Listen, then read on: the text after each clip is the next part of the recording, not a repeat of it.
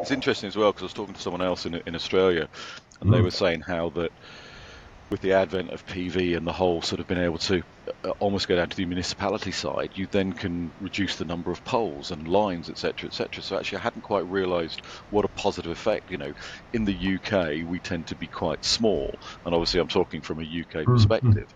When you look at Australia, it's so vast, and the US, the same type of thing. I'd never Yeah. quite realised what positive effect that can have, and actually the cost savings by installing a massive battery for a town is Yeah. actually a lot closer than you think. It might look expensive, but the cost of keeping the poles up to get the electricity to that one place of maybe 50, 100.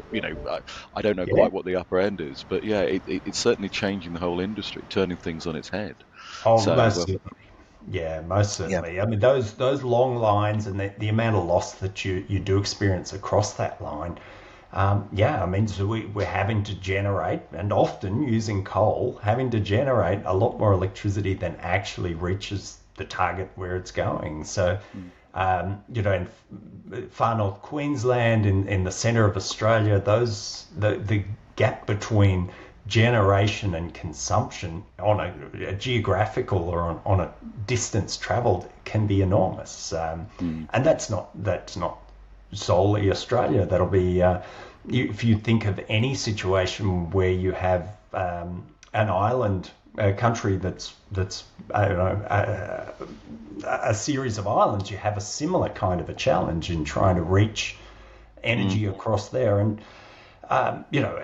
some of the solves in the past have been burning oil through diesel generators and other things. These are all things we can now solve for potentially with something like a battery, and using what happens during the day, either or even in the night. The wind blows at night. If we do it, if we do it well, we can capture it all around the clock.